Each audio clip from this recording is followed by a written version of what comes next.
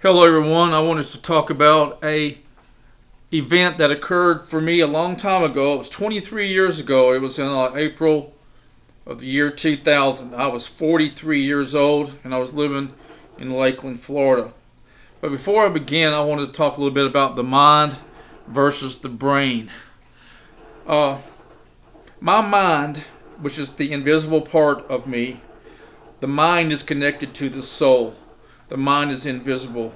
The mind is the part of us that goes with us when we die. The brain does not. The brain is not the problem that I suffer with. The mind is the problem. The mind is the part of the soul that is supposedly eternal. The noise you hear in the background is a coffee maker.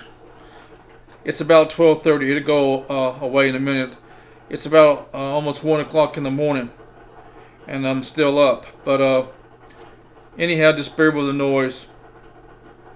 So, the reason I say that is my mind is filled with hundreds and perhaps thousands of grievances, unexpressed hurts, unexpressed hatreds, unexpressed rage that has accumulated for 40 years and never had any resolution to hardly any of them. It seems like I am starting to notice a little bit of a decline in the intensity of the rage as I do these videos. But every time I do one of these videos is an upward hill battle. It's a lot of fear putting this information out. A lot of fear. So let's get back to what. So once again, the mind is the problem and not the brain. The brain is just an organ that regulates our body. There's a lot of these doctors. One of these guys named Dr. Amen, Amen, he talks about the brain as if it's the source of all our difficulty. It is not. Our mind is the source of all the difficulty and all the grievances and the hatreds that I feel. So I just want to let you know, I want to tell you this story that happened to me. It happened in Bowling Green, Kentucky in April 2000. I want you to multiply this story by 1,000 times, and I've had 1,000 events like this, equal, greater, or worse than what I'm fixing to describe. It was in the spring of 2000, and I was working as a salesman for a carpet store, and I was seeing a therapist in Tampa, Florida. For 3 years, I've been seeing this guy, paying $100 every time I go to see him, and absolutely zero results. One time I got put in a hospital, mental hospital. He committed me in. He was one of the most useless therapists I ever saw. I look back, I don't even know how I ended up going for 3 years. He took my money. He gave nothing in return. The only contribution he made is he taught me into going. He said that I needed to go into a program for a couple of weeks or a month. He said the one-on-one therapy wasn't working. So he said we need to find you a program to go to. Okay, I agreed with that. So I heard about this place in Bowling Green, Kentucky, and I'm going to have to refer to my notes. I've made myself an outline. I heard about this place. It was called The Bridge, just like the bridge you drive across or walk across. It was a treatment facility for people. It wasn't so much as mental health as it was addictions, pornography. It was also trauma treatment. It was for people who had been raped, child abuse, sexual abuse, painkiller prescription addiction. So it's centered around addiction, but for whatever reason, it seemed like this was the place for me to go. I guess because of the porn addiction. But I've never seen myself as being an addict. My problem is centered around mental health problems. But anyhow, we picked this place out. Somebody had told me about this place in Kentucky. It was 740 miles from where I lived in Lakeland, Florida. So Bill Clinton was in office, so I went to where I worked. I worked as a salesman in a carpet store, and I was able to take this Family Medical and Leave Act, where I could take off a month or 6 weeks, and my job would be there. I was guaranteed. I wouldn't get paid, of course, but at least my job would be there. And so I got with my store manager and said I'm going to be gone for at least a couple of weeks, and possibly more. So this place was called The Bridge. It was based on the 12-step principles. It was run by some people named the Canons. And there was no, I didn't really do any research on. I didn't have a computer at this time of my life. Computers were still new, pretty much the internet. I didn't have a cell phone, so I decided to go to this place called the Bridge. So I did my application, told them, and they turned me down. Because they saw the red flags. They saw all these mental health problems and the hospitalizations, and they didn't want to touch me with a 10-foot pole. Well, this therapist, the only thing he did.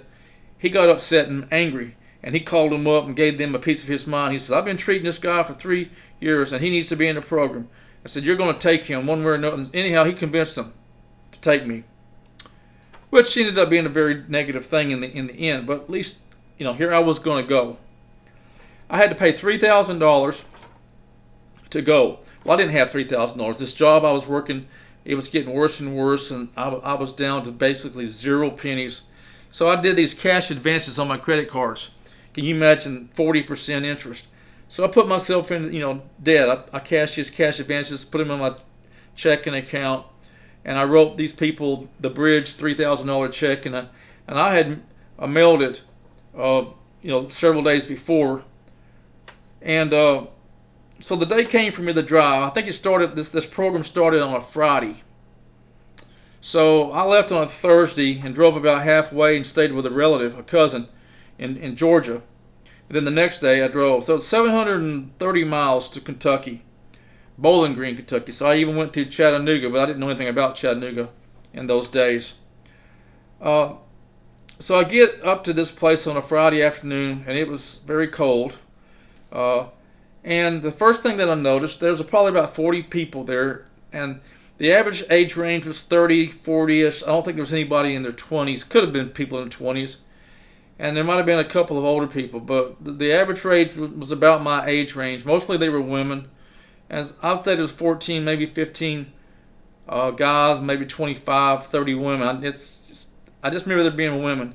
And all these people look, the pretty people, they all looked shiny and pretty, and they all had nice clothes. These were rich people.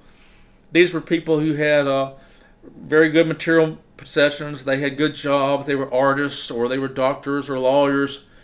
And I was a loser, of course. I was a nobody. I didn't have the rage that I had been to some dark places by then. I was very scared at this time. I wasn't outwardly attacking people like I do now. I was very intimidated by people, and so I was very afraid about going on this trip. I had nobody to support me with it.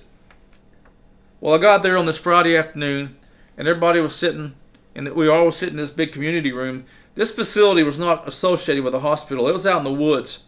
It was out in the rural area. It's just like there was a 3-story wood frame house that was converted into a dormitory for the men downstairs, and the women were on the 3rd floor, and then I think the 2nd floor they had turned it into some kind of a self-service kitchen. So the bottom floor was a concrete basement, and then we had our men's bedroom down there with beds, and then the women were up on the 3rd floor. And then about 100 yards away was this community center. It was more of a modern type building. It's the place where they had the cafeteria. They had the meeting rooms for these meetings that we had. I'll give you a little short. I didn't make 3 days of it. I was supposed to have been there 14 days for 2 weeks. So they threw me out on the 3rd day. They threw me out. They literally ejected me from the program, and I'll tell you what happened. And it is a bitter thing. So you just multiply what you hear by 1,000 times. This has happened to me 1,000 times in my life. So I had got up there to this place, and I had a truck in these days. I had a truck with a topper, and I was sitting in this community room. They had a big pool table, and the first thing I noticed, everybody was so happy. Everybody was happy. Everybody was a social butterfly. I was scared. I needed somebody to talk to. I was afraid. My problems were pressing. I was in a mental crisis. I needed to talk to somebody. But everybody else was just fine. They were just having a grand old time playing pool. And these are supposed to be people who've been raped and child molestation and drug addiction. They all seemed just as normal people, no pain. And I I attempted to pull aside one of the counselors and told him what was going on. He said, "Oh, no, it ain't. We can't talk to you one on one. We don't. That's not how it works here. You got to wait for the groups." Well, I should have just got in my truck right then and just gone home. I should have left. But so I'm in all this excruciating pain and this terrible fear. I needed to connect with somebody, on one-on-one. Well, that wasn't available. So the first thing, that was my first impression. Everybody's just having this great, wonderful time. I don't remember much about the first night. I remember going, and I don't even remember spending the night. But obviously I was in a room with these guys, and I remember one of the guys. He already pretty well picked up on my problems, that I was angry that I didn't have a girlfriend, and that I hated everybody that did. So I had pretty much communicated enough that people knew I was angry about the fact that I didn't have anybody, and everybody else there had a family waiting on them.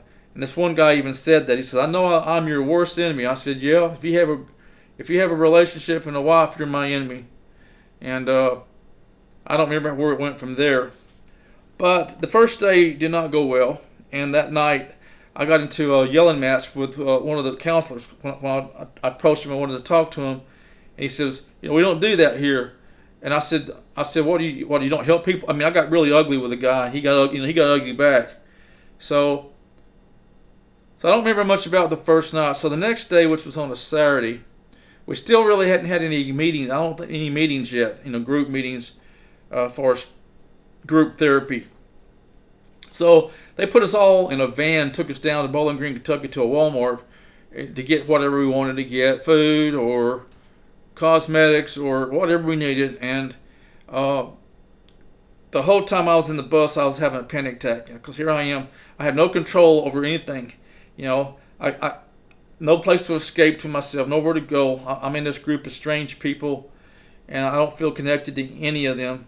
And people were talking to me, but I wasn't hearing anything they were saying. All I saw was these people were in a good place, and I was not in a good place. So we went to Walmart in the van, and I'll just look at these notes to be sure I don't miss anything. That next day, I took a shower where I was in this bathroom downstairs. They were still doing renovations. It was concrete floor downstairs for the men. They hadn't done on putting the carpet and all this stuff in. And they had these twin size, it might have been full size beds that we were sleeping in. And I was in there shaving, and there was a guy standing next to me about my age, and he was shaving, and he had he had a big positive smile on his face, and he was a doctor. He was an OB/GYN doctor. So I feel like shit, because here I am. I'm a nobody. I'm a carpet salesman back in Florida. So here I'm standing shaving next to a doctor. He was there because he was addicted to painkillers. He had been writing himself painkiller prescriptions, and I think he was in trouble legally, about to lose his license. So part of his training, or part of his therapy, was to get therapy in order to keep his medical license. And he was also doing some kind of a transaction with an automobile. I heard him talking on the phone. He had a cell phone. So he was also, while he was there getting help, he was also buying and selling another car. He was selling the car he had, and some dealership was supposed to be bringing him a brand new car, which I wasn't there. I never saw it take place because I was thrown out. But so here, this is he wasn't very serious. Nobody was really serious about anything but me. So he's doing a car deal, and he was nice, and we talked a little bit, and I didn't tell him what I did, and I don't think it was. I think we had one or two meetings, and I sat there, and these people nobody cried. There was no tears, and finally I spoke up in one of the meetings. This was on a Sunday. I spoke up and told these people how I felt, that I was scared and feeling suicidal, and didn't have anybody, and I resented people. I don't remember all I said, but whatever I did say, it got their attention. It got their attention. The owners, these people that own this place, they were, you didn't see them. They didn't participate in they had these counselors or these therapists, a couple of men. There was a woman, and but I bled on this particular Sunday. So I only been there like 3 days, and I was scared to death because I needed more. I needed intensive help. I was in a crisis emotionally. I was lonely. I was scared, and I was feeling very suicidal while I was there. And so somewhere on Sunday, I'm just being sure I'm not missing anything. Um, I don't even remember them. Hardly even remember the meetings. I remember eating dinner or eating a meal in the main part of the cafeteria, and they were playing pool. And then, but this one Sunday they had this meeting, and I was in this meeting, and all of a sudden I heard my name called, and somebody said, "Oh, Wayne, come on out here. I want to talk to you." I knew I was getting ready to be thrown out of the program, and I walked out into the lobby, and there was the guy that I had gotten to the argument with a couple of days before. He was an older man in his 50s, and there was a new guy that I didn't recognize. He had just got there, and he was a big old muscle-looking guy. And they said, "Well, Wayne, you're just too much for us to handle." They said, "You're just too much for us to handle, and we're going to have to ask you to leave.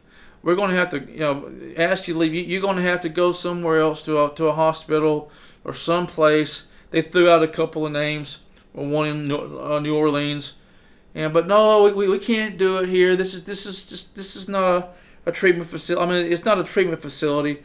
I mean, you need more help than what we can give. Blah blah blah. And they said, "We're going to get your money back. We'll give you back your $3,000 once the check clears. Once we see the check clears, you'll get your check back in a week or so. We'll mail it back to you into Florida." So I'm sitting here listening to all this, I'm thinking, I'm just being thrown out of this program that, I have worked for it took me 3 months to put all this together. And plus I took time off from work. And I don't have anybody to talk to about what's going on. I'm on my own. I'm scared.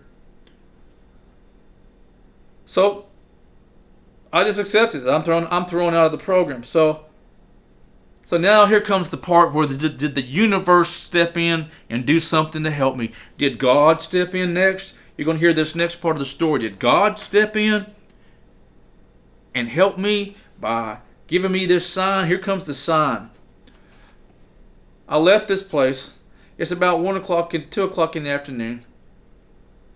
And I had to walk about 300 yards down this hill back to our dormitory to get my stuff. Well, my truck was parked outside the dormitory, and all I had to do, I was already dressed. All I had to do was just basically grab my suitcase, throw it in the back of my truck, and grab my hanging clothes hung on hangers, and put it in the back of the truck. I'm gone. It ain't gonna take me 5 minutes to be gone. As I get back to this place, now we'd been gone probably 4 to 5 hours. It's been 5 hours since we had left early in the morning. As I'm walking up to the door of this garage on this 3-story frame house and the bottom floor, I see water pouring out the door. When I say water, I'm talking about hundreds of gallons, thousands of gallons of water just rushing out. So I walk over to the door and I open the door, and then the water really starts coming out, and I look inside, and the bottom of the floor is about this deep. It's about a foot deep in water. And I look around, and this big giant water heater was in the middle of the floor.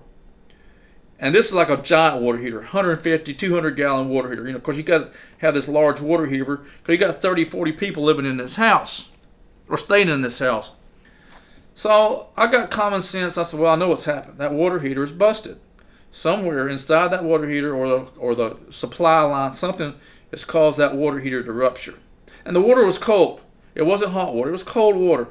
So, of course, I was tempted to just grab my stuff and leave and let them, not tell anybody. And I would have done it under the following, I'm not going to tell them. Just let it flood the whole place. But I said, what if they think I had something to do with it? What if they think I sabotaged the water? I won't get that $3,000 back. All right, so I rolled my pants. I took my shoes off. And I rolled my pants all the way up my knees. And so here I'm walking around barefooted. And I go into the bedroom where the guys' rooms were. Lucky me, I had left my suitcase on top of the bed along with my clothes. Nothing of my stuff got wet. My shoes were in my suitcase. Nothing of mine got wet. I looked around, and the water was already up touching the bottom of the beds and the mat, almost the box springs, and the quilts and everything were getting soaked. And I looked, and I seen people's suitcases on the floor, covered to the brim with water. Their clothes, personal belongings, just getting soaking wet, covered in about a foot of water, maybe a foot and a half of water. And I luckily had left my stuff on top of the bed. Did God step in and say, "Oh no, Wayne, that wasn't right what these people did to you. We can't make the program go away. We can't make them cancel the program because of you, but we can make them pay. We can send them a sign that you just can't let somebody like me go. You just can't kick me out because I'm a hard case." Oh, did God intervene? Was the universe intervening?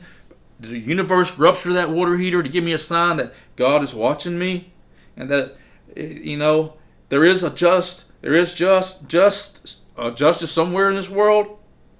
I don't know. Now, so I just grabbed all my stuff. And got it out of there. We're talking about a foot and a half of water and more, and it probably wouldn't have got any higher than that because it was going out the front door, or the door of this place. And I put my stuff in my truck, and I put my shoes back on, my socks, and I just took. That was the longest 300-yard walk I ever made. I just walked and enjoyed the birds singing, and just took my sweet time back to that facility. And I got back to the facility and walked in, and those two guys, the muscled guy, thought he was bad, and this other old man, they were still sitting in there talking. And they saw me come in, and you should have seen the serious expression. I guess they thought I was going to come in and shoot them or something, And they looked at me. "Oh, yes, Wayne, what's wrong? You need something?"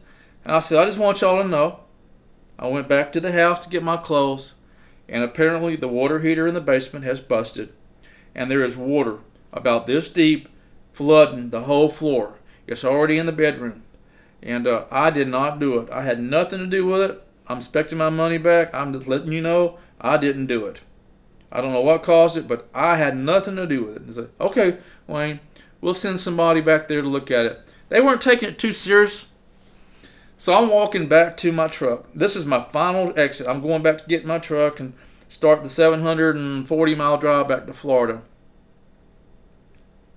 As I'm walking, I hear the sound of footsteps running. So I turn around, and here comes two guys. These two guys are probably late 20s, maybe early 30s. One's carrying a mop, and they're sprint by me, and they go on ahead of me. So I get to the parking area. Just a dirt area where my truck was parked. And I couldn't resist. I said, I got to look one more time to see what's going on. So I walked over to the basement before I left. I had my car, it's already cranked up, ready to go. And I looked in, and I'll never forget the expression that I saw. One of those guys was standing in there. He was up about knee-deep water, and he was holding a mop. Like, this ain't no mop going to clean this mess up. We're talking about thousands of gallons of water by now. Holding a mop, and he had the most disgusting look on his face. It's like he was rage. There was rage in his face. He was so angry at what he knew he was faced with. That you're looking at hours of work, hours to fix this mess, whatever. You got to replace the water here. You got to get all that water pumped out of there. All these people's clothes and belongings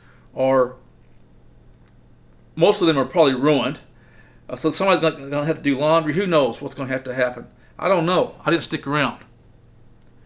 And of course I'm thinking that the universe sent me a signal letting you know that we saw what they did to you, Wayne. We saw what they did. You did your part. You went to get help. You did your part. You paid the money. You stood up for yourself, and they let you down. And we aren't going to let that go without some repercussion. I don't know how much repercussion or pain it caused them. I never heard another word. They did send me my check back. I got it about a week later. And ended up going to a different hospital, which I'll talk about maybe sometime else. But that is the story of the bridge in Bowling Green, Kentucky. It was a shitty experience. If it wouldn't have been for that water heater, it would have been really shitty. That is the only thing that gave me some sense of relief and justice, knowing that after I left, they were going to be having to deal with that for hours. I mean, hours. They're going to have to contend with that mess. And it was a mess. I mean, it was a large water heater. So I was reading this spiritual teacher named Michael Neal. He's got a book out about making the impossible possible. And of course, here's the lie that he says. He says, even the most extreme state of mind, if you just leave it alone, even the most extreme state of mind, sadness and hopelessness and depression will eventually return to equilibrium. That's the biggest piece of bullshit I've ever heard. Normal people who have not been traumatized, who've never been in a mental hospital. Oh yeah, normal people who got their needs met when they were children, who suckled their mother's breast till they were 18 or 20, which I think most of y'all have done probably. But these people, yes, when they have a bad day or have a bad experience or feel down and out, eventually they will turn back to normal. And the equilibrium will be restored, and they'll come back to hope. People like me, that doesn't happen. We don't return back to equilibrium and feel hope again. So this Michael, this is the Hay House teachers that tell you that you got to. His thought is you're only just one thought away from a better situation. Yeah, he knows nothing about sadness. He knows nothing about depression or what it's like to be in the mental hospital or to be kicked out of a program in Bowling Green, Kentucky, like I was. But they refused to talk to me in person. They were too afraid to talk to me one-on-one. And then once they saw that I had serious problems, I thought everybody's supposed to have serious problems. I thought maybe if you're raped as a child and you went through sexual abuse and your parent raped you, I thought that was serious. But these people this is like a country club to these people. As I said, my mind is full of grievances like this. And I resent everybody in the world who has a love interest or relationship and who has wholeness. There is no such thing as high quality help for the mentally ill or those in despair. There's nowhere to go. Another guy asked me the other day on my channel. He said, "Well, why, Wayne? What is your opinion about these people that they just easily find love in a relationship, and then when one relationship ends, they just find another?" And I said, it all boils down to belief. You can be an asshole or a motherfucker. A cocksucker, whatever you want to. You can be a child molester. You can be a serial killer. You can be a wife beater. But if you have the belief that you're lovable or that you're desirable to a woman, if you believe that you deserve to have a relationship after you get out of prison for being a sex offender, if you believe you have another chance, deserve a second chance, you will create that. And that is the answer. All these people who have killed and gone on and still find partners or raped or robbed banks, it's because they believe, and I don't. I do not believe that I'm worthy of love. I do not believe I'm worthy of any chances. You can't have 1,000 experiences like I just described to you that happened to me and love yourself. It can't be done. So that's the answer to the guy's question. These people, for whatever reason, believe in their worthiness, regardless of what they've done to themselves or others, or been locked up in jail, whether a child molester, rapist, who knows. It all boils down to belief. The universe does not care. The universe is an unfair system. It does not care about you or me, the sufferer. It operates on belief. There is no justice. God does not supply justice to this world. It's every man for himself. Unfortunately, if you have the belief that you're lovable, you'll experience it. If you have the belief that you're not lovable like me, you will suffer for eternity, I guess. I'll never forget the expression of that guy with that mop. That was worth it, going back in that room. I mean, that expression, this guy was not just unhappy. This guy was rage. He was so mad.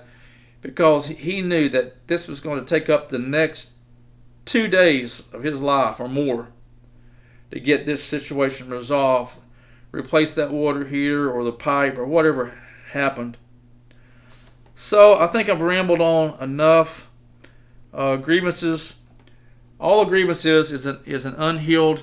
It's anger that was never dealt with, that never got helped, no one ever listened to, and no one ever helped you find a solution to. That's all grievances are. It's disappointment after disappointment of life not going the way that you wanted it to go, and it finally becomes a constant state of mind. I'm going to do another video soon. There's, like I said, there was this guy. I can't remember I forgot to write down his name. He made a video about my video, the 40 years ago video, when the woman filed the restraining order. Southern Israelite, I think is his name, and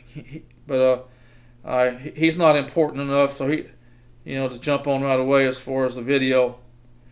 But anyhow, this is just one of hundreds and perhaps thousands of situations where people how I've been mistreated by mental health and people claiming to help others.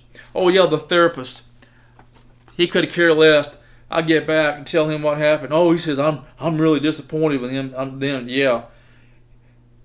He was just glad I was gone for 2 weeks or a week, and I wasn't there coming there for therapy, and he didn't have to deal with my problem for a week. So he eventually dumped me too, which is I'll talk about him sometime. But anyhow, that's the story of Bowling Green, Kentucky, at a place called The Bridge, and run by people called the Cannons. I don't remember their names. They were an older couple, and this was like a 12-step program.